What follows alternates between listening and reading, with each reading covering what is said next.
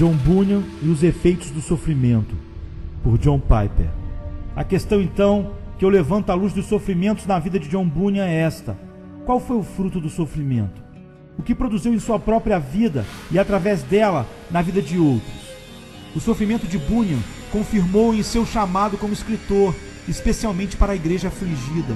Provavelmente, a maior distorção da vida de Bunyan no quadro que tenho pintado até agora é que ele omite um dos maiores labores da sua vida, que foram seus escritos. Livros haviam despertado sua própria busca espiritual e o haviam guiado. Livros seriam o seu maior legado à igreja e ao mundo. É claro que ele é famoso pelo Peregrino. Além da Bíblia, é provavelmente o livro mais vendido do mundo, traduzido em mais de 200 idiomas. O livro foi um sucesso imediato, com 3 edições em 1678, o primeiro ano em que foi publicado.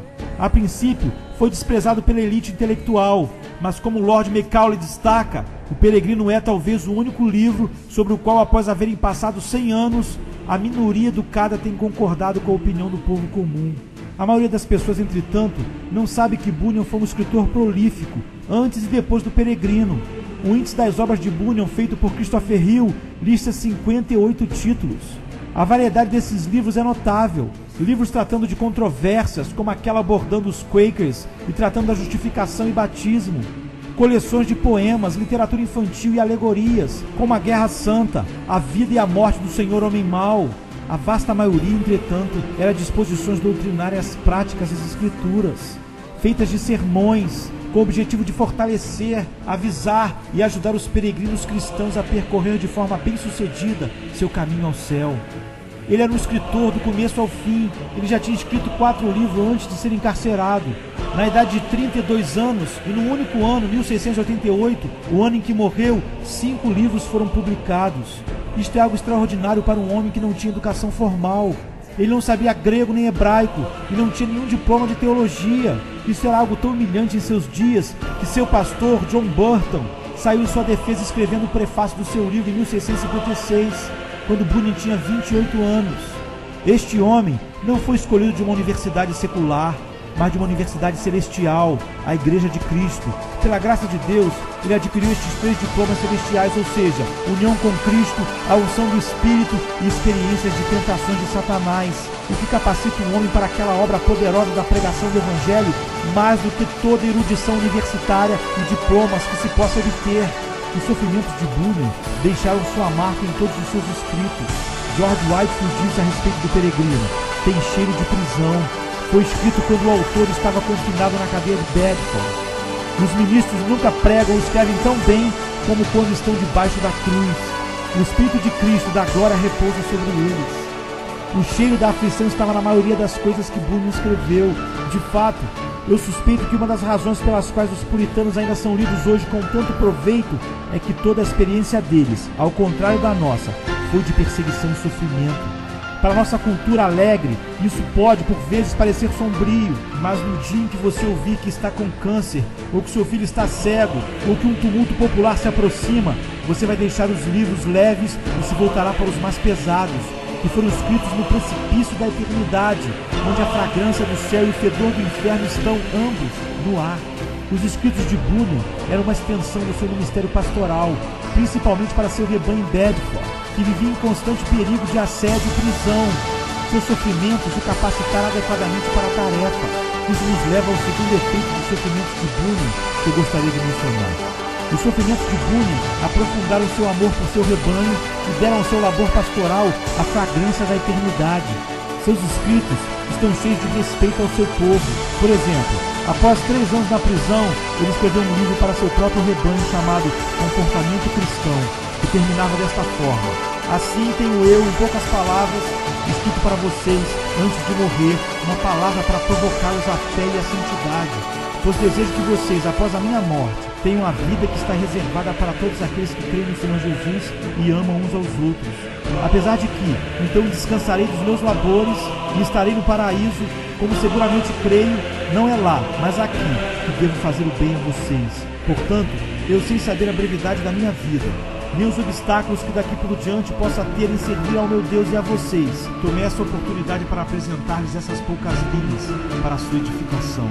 Em sua autobiografia, escrita mais ou menos até a metade durante seu tempo de confinamento, ele falou de sua igreja e dos possíveis efeitos que o seu martírio teria sobre eles. Frequentemente disse diante do Senhor que se o ser enforcado sem demora diante dos seus olhos for o meio de despertar neles a verdade e confirmá-los nela, consentiria nisto com satisfação.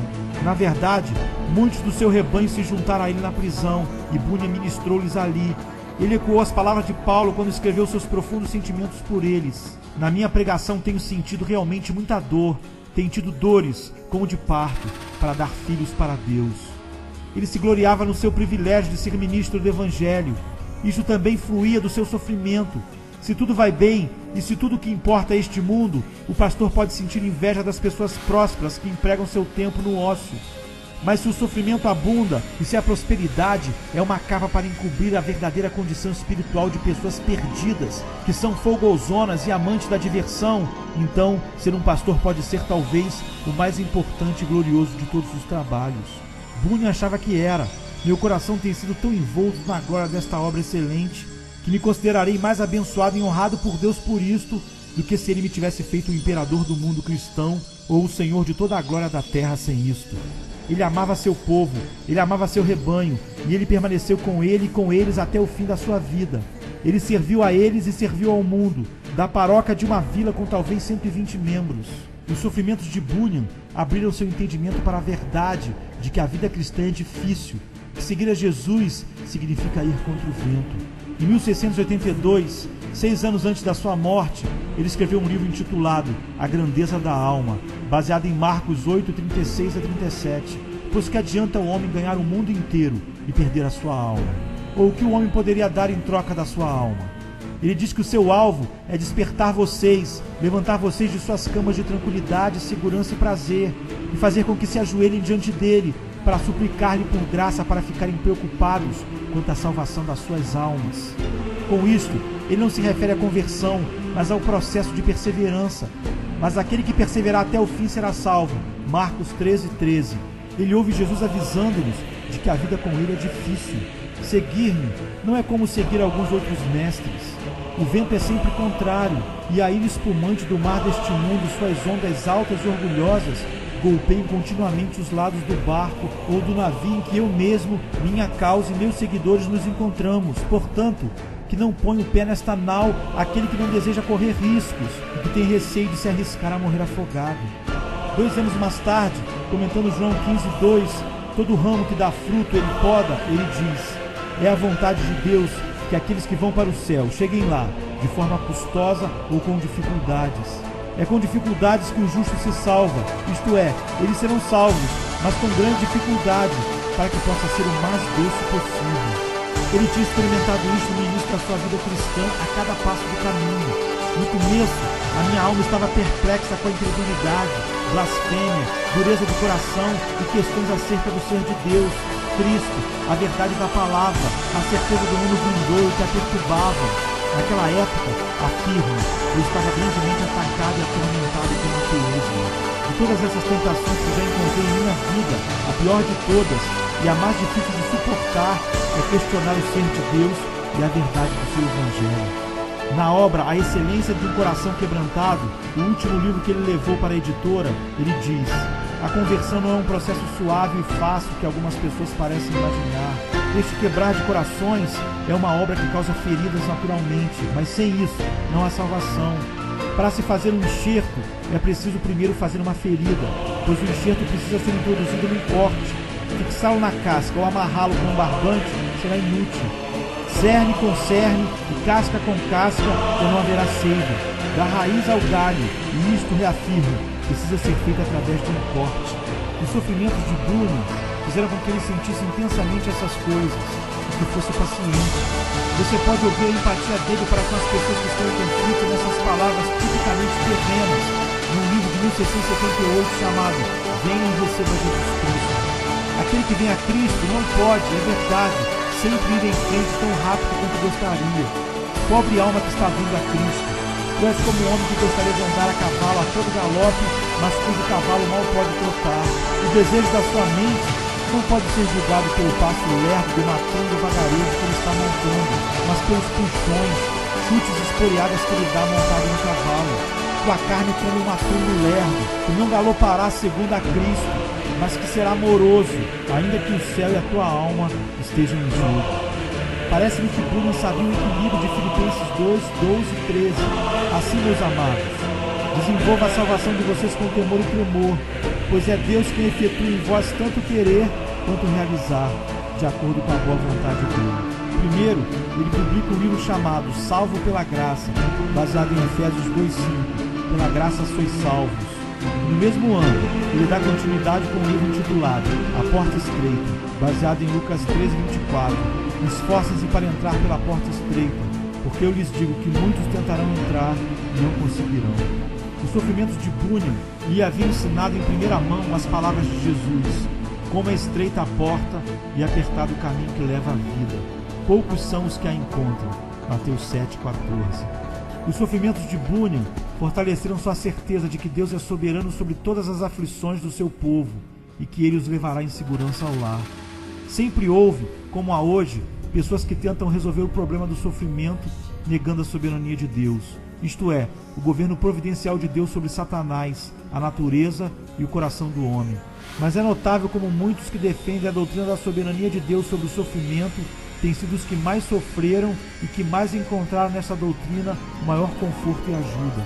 Bunyan estava entre esses. Em 1684, ele escreveu uma exposição bíblica para seu povo sofredor, baseada em 1 Pedro 4,19. Por isso, também aqueles que sofrem de acordo com a vontade de Deus devem entregar suas vidas ao seu fiel Criador e praticar o bem. O livro foi intitulado Conselho Oportuno ou Recomendação aos Sofredores. Ele toma a frase de acordo com a vontade de Deus e expõe a soberania de Deus ali implícita para o conforto do seu povo. O que será feito não é o que os inimigos desejam, nem o que decidiram, mas o que Deus deseja e o que ele determina. E como nenhum inimigo pode trazer o sofrimento sobre uma pessoa, contrariamente à vontade de Deus, assim também ninguém pode se salvar das mãos dos inimigos quando Deus determinou entregá-lo para a sua glória. Como Jesus mostrou a Pedro, o tipo de morte com o qual Pedro iria glorificar a Deus. João 21,19. Sofreremos ou deixaremos de sofrer, conforme lhe agrada. Assim, Deus tem designado as pessoas que sofrerão o tempo, o lugar e o momento do seu sofrimento. Amém.